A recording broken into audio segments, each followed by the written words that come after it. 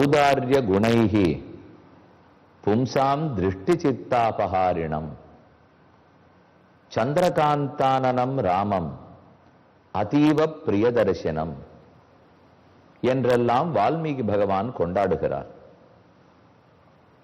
ராமனுடைய பேரழகை வர்ணிக்கும் வால்மீகி தன் வடிவழகாலும் தன்னுடைய சிறந்த குணங்களாலும் காண்பவர்களுடைய மனத்தையும் கண்களையும் பறிக்கிறானி ராமன். அவன் முகம் சந்திரகாந்தி போலே, குளிர்ந்த நிலவின் பால் போன்ற ஒளி போலே பிரகாசிக்கிறது. அதீவ பிரியதர்சனம், பார்க்க பார்க்க அன்பு மிக வைக்கும் பேரழகு. இப்படிப்பட்ட ராமன் சிரித்த முகத்தோடே உள்ளார்.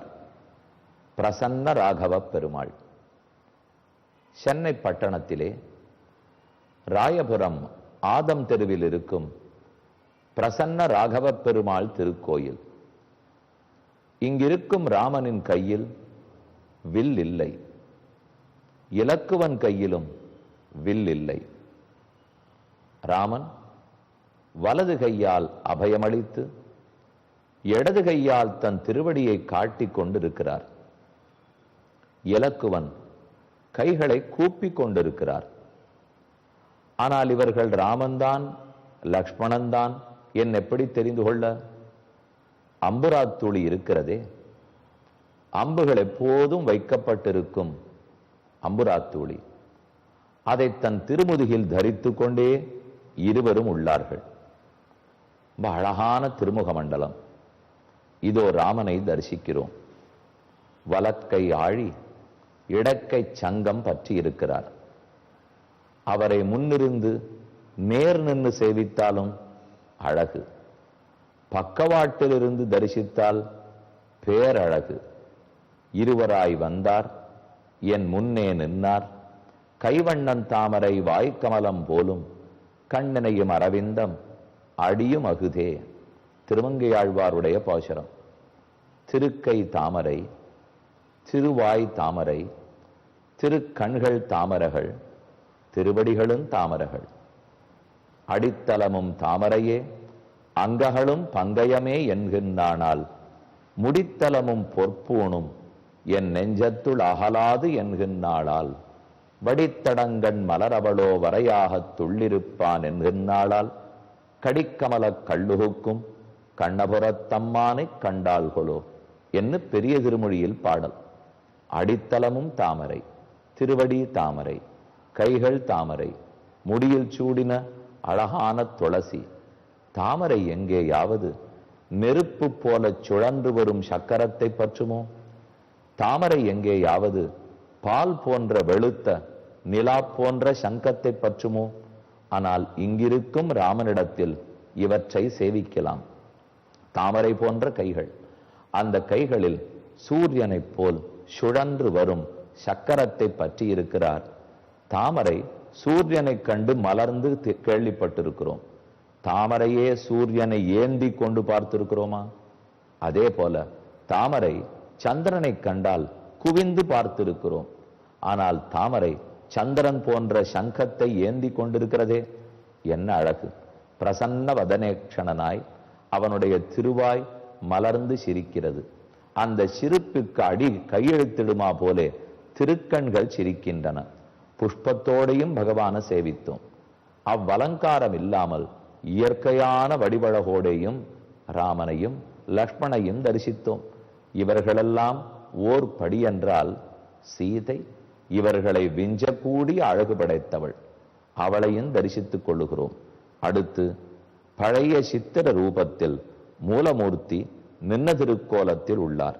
இதோ ஆஞ்சநேய சுவாமி சின்ன கதையை தன்னுடைய இடது கையிலே இடுக்கிக் கொண்டு கைகளை கூப்பி கொண்டு இந்த அழகுக்கு நிகராய் அந்த அழகை காத்தூட்ட வல்லவராய் காப்பாற்றும் எண்ணத்தோடு ஆஞ்சநேய சுவாமி உள்ளார்.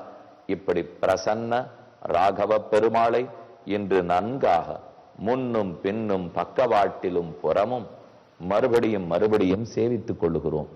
இவர்கள் அருளால் தான் இனி யுத்தத்தையே ஜெயிக்க வேண்டும். ஆஞ்சநேயர் போரிடப் போகிறார். சுக்ரீவன் எதிர்த்து முன்னோக்கி நடத்தி போகிறான். பெரும் சண்டையும் மூழ்கிறது. யுத்த காண்டத்தில் 43வது சர்க்கத்தில் உள்ளோம். ஒருவருக்கொருவர் நேரே எதிர்த்து நிற்கும் இரண்டு பேராக சண்டை போடும் துவந்த யுத்தம். இவரோடிவர் இவரோடிவர் பொதுவாக சண்டையிடுவது வேறே, அது பெரும் சேனையோட ஒரு மகாரதி சண்டையிடுவது. ஆனால் இப்ப பார்க்கறது தனித்தனியே. இங்க பெருத்தவர்களுடைய தேர்களை விட தனித்தனி சண்டை அதிகம். மகாபாரத யுத்தம் துவாபர யுகத்தில் நடந்தது. ராமராவண யுத்தம் திரேதா யுகத்தில் நடந்தது. ரெண்டும் யுகத்தில் வேறுபாடு. மகாபாரதம் 18 நாட்கள், ராமாயணத்தில் போர் 7 நாட்கள். மகாபாரதத்தில் இரவு பொழுதில் போர் கிடையாது. ஆனால் ராமாயணத்தில் இரவும் பகலும் 2 பொழுதுகளிலும் போர். அதாவது திவாராத்திர விபாகமரான்னு சொல்லுவார்கள். இரவு பகல் இல்லாமல் 2 வேளையும் சண்டை. ஏனெனில் பகல் பொழுதில் குரங்குகளுக்கு சக்தி, இரவு பொழுதில் அரக்கர்களுக்கு சக்தி. அவர்களுக்கு ஏற்ற தங்கள் பொழுதை விட்டு விடுவார்களா? அதனாலதான் 2 வேளை. அகோராத்திரம்னு சொல்லுவார்கள், திவாராத்திரம்னு சொல்றோம். அவ்வளவு பெரிய போர். ஆகாயத்துக்கு நிகர் எது?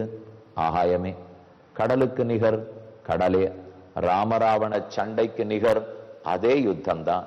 ககனங் ககனாகாரம் சாகர சாகரோபமஹா ராமராவணையோர் யுத்தம் ராமராவணையோர் இவ. அவ்வளவு பெரும் சண்டை. சண்டையை வேகமாக கடப்போம். என்னால் நிறைய டீட்டெயில்ஸ் உண்டு. ஆனா சண்டையில ஆறார் எத்தத்தோட பொருது என்னென்ன முக்கியமான நிகழ்வுகள் இருந்ததோ அதை மட்டும் பார்ப்போம். எல்லா சர்க்கத்திலையும் பார்ப்போம்.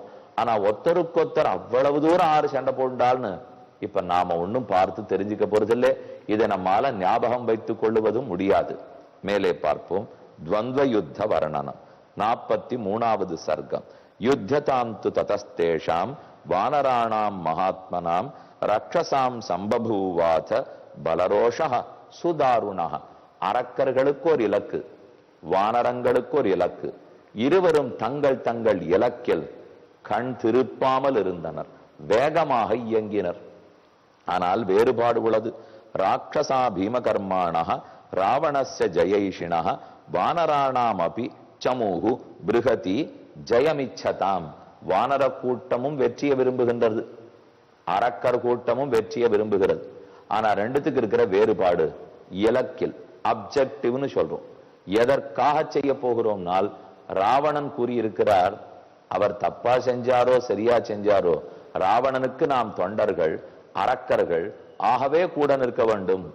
ஒரு பொதுவான இலக்கு இல்லாமல், உயர்ந்த தர்ம இலக்கு இல்லாமல் ஒருத்தருக்காக மட்டும் நாம் உழைத்தால், போராடினாலோ தொண்டு புரிந்தாலோ எது செய்தாலும் அது நிலைக்காது. பல இன்ஸ்டிடியூஷன்ஸ், நிறைய ட்ரஸ்டுகள் எல்லாம் இயங்குகின்றன. அந்த ட்ரஸ்டில் இருக்கிற 4 பேருக்காக யாரும் வேலை செய்ய போறது இல்லை. இப்போ அந்த ட்ரஸ்டினுடைய கொள்கைகளுக்காக எதற்காகங்கிறதை மெம்பர்ஸ்கள் புரிஞ்சிருந்தால்தான் அது நிலைச்சு கைங்கறி நடக்கும். யாரோ ஒத்தருக்காகனு செய்ய போனால் நிலைக்கவே நிலைக்காது. நம்மாலையும் திருப்திப்பட முடியாது.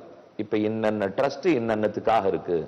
ஏழைகளுக்கு உதவறதுக்காக ஒண்ணும், அன்னதானத்துக்காக ஒண்ணும், நோயாளிகளை பாதுகாக்க அவர்கள் வருத்தத்தை குறைப்பதற்காக ஒன்று, கிராமப்புறத்தை மேம்படுத்துவதற்காக ஒன்று, ஒன்னொன்னுத்துக்கு ஒன்னொன்னு எத்தனையோ இருக்கு இல்லையா?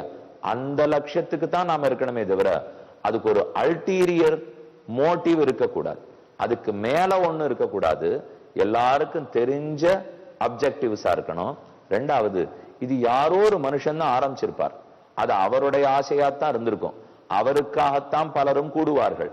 ஆனால் அவரோட அந்த அப்ஜெக்டிவ் நின்று படுத்தினால், இவருக்காகத்தான் நாம உழைக்கிறோம்னு வச்சிருந்தால் அவரும் மனுஷர் தானே. ஏதானு 1-2 தப்பு நடந்து விடலாம். அப்ப என்னாகும்? அந்த ட்ரஸ்டினுடைய இலக்குகள் கொள்கைகள் அதை பத்தியே மெம்பர்களுக்கெல்லாம் சந்தேகம் வந்துடும். அப்படி நடந்துக்க கூடாது. அதே போலத்தானே குடும்பமே, கணவனுக்காக மட்டும் மனைவி, மனைவிக்காக கணவன் என்று மட்டும் இருந்தால் கொஞ்சம் அதுல குற்றம் ஏற்பட்டுவிட்டால் கோபம் வந்து வெடிச்சு விடுறது பாருங்க. அப்ப என்ன சொல்ல வரீர்? இவரங்க 2 பேர்களுக்கா இருக்கக்கூடாதா? அப்ப ஒரு ட்ரஸ்ட், ஒருத்தர் ட்ரஸ்டியோ பெரியவரோ அவருக்கா நாங்க செய்யக்கூடாதுன்னா கண்டிப்பா செய்யணும். அதை தப்பு சொல்லல. ஆனா அதை காட்டிலும் நிலைத்து நிற்க வேண்டுமானால் தார்மீக ரீதியில் தர்மத்துக்காக ஏதோ ஒரு இலக்கு இருக்கணும். இந்த ட்ரஸ்டுக்கு இந்த தர்ம கொள்கை, அந்த அறக்கட்டளைக்கு அந்த தர்ம கொள்கை. கல்யாணம் பண்ணிட்டு குடும்பம் நடத்துறமே, எங்களுக்கு கல்யாணத்துல சொல்ல மந்திரங்களின்படி அன்றாடம் செய்ய வேண்டிய தர்மம். ஒரு இல்லறத்தில் இருக்கிறோம், கிரகஸ்தாசிரமத்துக்குன்னு தர்மம் உண்டு. அந்த தர்மத்துக்காக நாம 2 பேரும் இருக்கிறோம் என்றால் தான் இல்லறம் ரசிக்குமே தவிர, அதை விடுத்து இவனுக்காக அவள் அவனுக்காக அவள்னா அப்ப தப்பு கண்டபடுமே. தர்மசாஸ்திரத்துல தவறு கண்டபடவே முடியாதே, அது சரியான சாஸ்திரம். அதே போல ஒரு ட்ரஸ்டுக்கு என்ன கொள்கைன்னா, கொள்கையில தப்பு கண்டபடக்கூடாது. அதுல இருக்கிற மனுஷர்கள் கூட தவறழைக்கலாம். இதைத்தான் நாம கொஞ்சம் ஜாகிரதையா பிடிச்சுக்கணும். எங்கு நாம கைங்கரியம் பண்றோம்னாலும் அதன் கொள்கைக்கு விருப்பம் இருக்கிற லைக் மைண்டட் பீப்புள் அவர்கள் ஒன்னா இருந்தா சரி. இப்ப என்ன மாறி போச்சு பாருங்க. எதற்கு குரங்குகள்லாம் சண்டை போடுறா? ராமனுக்காகத்தான். ஆனா ராமனுக்காக மட்டுமா? ராமனே தப்பினாலும் தர்மத்துக்காக போரிடுகிறார்கள். சத்தியம் வெல்ல வேண்டும், அதர்மம் சாய வேண்டும். இதுதான் அவருடைய கொள்கை. ஆனா இப்ப அதே ராட்சசர்கள் போரிடுறதுனால் சத்தியத்துக்கா தர்மத்துக்கா? நேர அதர்மத்துக்கு. இல்ல ராவணன் சம்பளம் கொடுத்தான்னு சொன்னாலும் ராவணனுக்காக சண்டை போடுறது கொள்கை அளவில் அதர்மத்துக்காக சண்டை நிற்காது. ராமனுக்காக சண்டை போட்டாலும் கொள்கை அளவில் தர்மத்துக்காக சண்டை நிற்கும். இந்த வேறுபாட்டை தான் ஞாபகம் வச்சுக்கணும் என்று வேண்டிக் கொள்ளுகிறேன். எத்தனை என்ஜிஓஸ் இருந்தாலும் எத்தனை ட்ரஸ்டுகள் இருந்தாலும் அனைத்தினுடைய கொள்கைக்காகத்தான் அதில் இருக்கிற அனைவருமே உழைக்க வேண்டும். ஆரோ ஒருத்தருக்காக மட்டும் பார்த்தால் அப்ப அதுக்கப்புறம் அது நடக்காது. அவருக்கே உடம்பு சரியில்லை, நடக்காது. அவரே தப்பு பண்ணிவிட்டார், அப்ப கெட்டே போடும். அப்படி இல்லை. நம்முடைய நாட்டுல எத்தனை ட்ரஸ்டுகள் அந்த பெரியவரை தொடங்கினாரோ அதுக்கு அப்புறமும் இடைவிடாம நடந்து வர்றது என்ன? அவர்களுடைய இலக்கு காரணம். உயர்ந்த கொள்கைக்குத்தான் பாடுபட வேண்டும், அதர்ம கொள்கைக்கு பாடுபடக்கூடாது. அதுதான் இப்ப நடந்தது. அரக்கர் கூட்டத்துக்கும் வானர கூட்டத்துக்கும் வித்தியாசம். இனி யார் ஆரோட சண்டை போடுறார்கள்? அங்கதன் இந்திரஜித்தோடே, பிரஜங்கனோடே சம்பாதி, ஜம்புமாலி ஹனுமானோடே, தபனனோடே கஜன், நிகும்பனோடே நீலங்கிற பெரிய வானரன், சுக்ரீவன் பிரகசனோடே, ராமன் 4 பேர், அக்னிகேது, சுதுர்தர்ஷன், ரஷ்மிகேது, மித்ரக்னன், யஜ்ஞகோபன் எல்லாரோடையும் அவர் சண்டையிட்டார். விவிதனோடே வஜ்ரமுட்டி, மைந்தன் விவிதனோடே வஜ்ரமுட்டி சண்டையிட்டான். இப்படி கோரமான யுத்தம் தொடங்கிச்சு. சரீர சங்காட்ட வகாக பிரசுஸ்ருஹு சோணிதாபகாக ஆஜகானேந்திரஜித் கிருத்தா வஜ்ரேணைவ சதக்ரதுஹு. அங்கதனும் ஹனுமானும் பெரும் போரில் ஈடுபட்டார்கள். இனி முதல் நாள் போரில் ஆராரை அழித்தார்கள்? அரக்கர்கள் பக்கம் பெரும் சேதம். ஜம்புமாலியை அழித்தான். ஜம்புமாலியை ஹனுமான் அழித்து விட்டார். அடுத்து கிரசந்தமிவ சைன்யானி பிரகசம் வானராதிபக, சுக்ரீவன் பிரகசனை அழித்து விட்டான். விரூபாட்சனை இலக்குவன் அழித்தான். அடுத்த அக்னிகேது ரஷ்மிகேது முதலான ராட்சசர்களை ராமன் அழித்தார். நிகும்பனை நீலன் அழித்து விட்டான். த்விவிதன் வானரேந்திரன் அவன் அசனி பிரபன் என்னும் அரக்கனை அழித்தான். வித்யுன்மாலி என்பவனை சுஷேணன் முடித்தான். லாகவேனது சயுக்தா வித்யுன்மாலி நிஷாச்சரக. அந்த யுத்த பூமி எங்கும் உடைந்து போயிருக்கிற சக்கரங்கள், கொடி கம்பங்கள், கீழே விழுந்து அரற்றி கொண்டிருக்கும் வீரர்கள், உடைந்து போயிருக்கிற கத்திகளும் கேடயங்களும் வில்லும், ஆகாசத்தில் சுற்றத் தொடங்கிய பருந்துகள் கழுகுகள் என்றே இருந்தது. நிகதைகி குஞ்சரைர்மத்தைகி ததா வானர ராட்சசைகி. வானரர்கள், அரக்கர்கள், ஆனை பிளிரல் சத்தம், குதிரை சத்தம், எங்கும் அனைத்து பொருள்களும் இறைந்து கிடந்தன. இரவு பொழுது வரப்போகிறது, யுத்தம் முடியுமா தொடருமா என்று வானரங்களுக்கு ஒரு பக்கம் சந்தேகம், அரக்கர்களுக்கு பலம் அதிகமாயிடுமே என்றும் பயம். என்ன நடந்ததுன்னு பார்ப்போம். பிரசன்ன ராகவனிடத்தில் விடை பெற்று புறப்படுவோம்.